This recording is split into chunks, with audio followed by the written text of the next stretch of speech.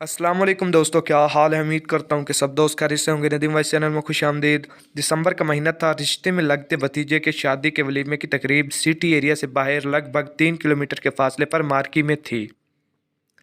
मैं अपनी वालदा के साथ ऐन वक्त पर वहाँ पहुँचा। घर में छोटा भाई हमारे बार बार कहने के बावजूद साथ नहीं आया।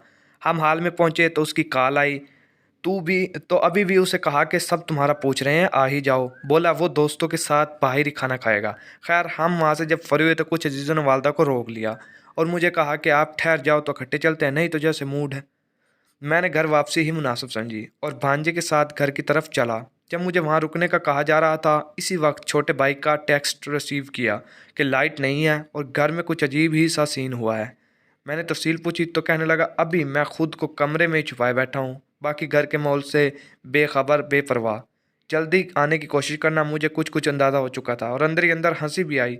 मेरे पहुंचने में लाइट आ चुकी थी और वो आराम से टीवी देख रहा था। मैंने उसे चाय बनाने का कहा। इसने पानी चूल्हे पर रखते हुए मुझे बताना शुरू किया कि लाइट जब गई तो वो सेल फोन पर गेम खेलने में लग गया। जिस कमरे में लेटा हुआ था दूसरा कमरा उसके बाएं तरफ था। दूसरे कमरे में से कोई गुजर के किचन की तरफ गया। कहता है, मैंने सोचा कि चार्जिंग लाइट की रोशनी डाउन हुई होगी, मगर नहीं। जहाँ ये लेटा हुआ था इसने कमरे के दरवाजे पर नजरें जमाए, हाथ में फ़ोन पकड़े किचन वाले पिल्लर की तरफ मुसलसल देखना शुरू कर दिया और सेल फ़ोन पर भी एक दो बार गेम की तरफ तवज्जो देने की कोशिश की, मगर जहन बढ़ चुका था। इतने में उसे इसी किचन के पिल्लर की ओट में एक 5-6 साल का नहायत खूबसूरत बच्चा खड़ा अपनी तरफ बुलाता नजर आया। जब उस बच्चे ने दूसरी बार उसे बुलाया तो इसने सेल फोन साइड पर रखा और इतना ही कह सका, नहीं तुम कौन हो।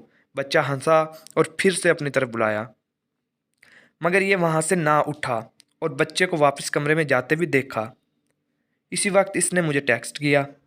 मैंने जब घर जाना था तभी जाना था जब इसने पूरी बात बताई। इसी वक्त हम दोनों कप हाथों में लिए अम्मी का वेट कर रहे थे। उन्हें भी देर हो गई थी। कॉल की तो उन्होंने कहा वो रास्ते में हैं। मैंने चाय पीकर भाई को इस बच्चे के बालों की रंगत, उसके नैना चेहरे के खदोखाल बताए तो वो उछल कर बड़ी सारी हाँ जी करने लगा और हैरत से मुझे देखने लगा। मैं दबी दबी हंसी लिए उसे कुछ भी न कह सका।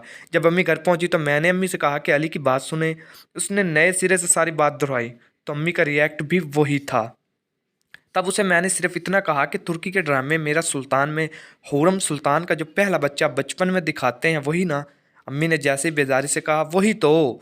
तब से इस अब तक अली के जहन में यही सवाल चौकड़ी मारे बैठा है कि आपका इससे क्या वास्ता, उसका हमारे घर में रहने का क्या मतलब। मगर हम उसे खुल के बता नहीं सकते कि इसने अभी तक सिर्फ वो सुनहरी घुंघराले बालों, नीली आंखों वाला गोरी रंगत का बच्चा ही देखा है, जबकि उसकी पूरी फैमिली घर में ही रहती है, जो गाय बगाए अपनी मौजूदगी के सबूत देती रहती है। मज़ीद वीडियोज़ के लिए मेरे चैनल को सब्सक्राइब करें। वीडियो मज़ीद अच्छी लगी होगी तो शुक्रिया।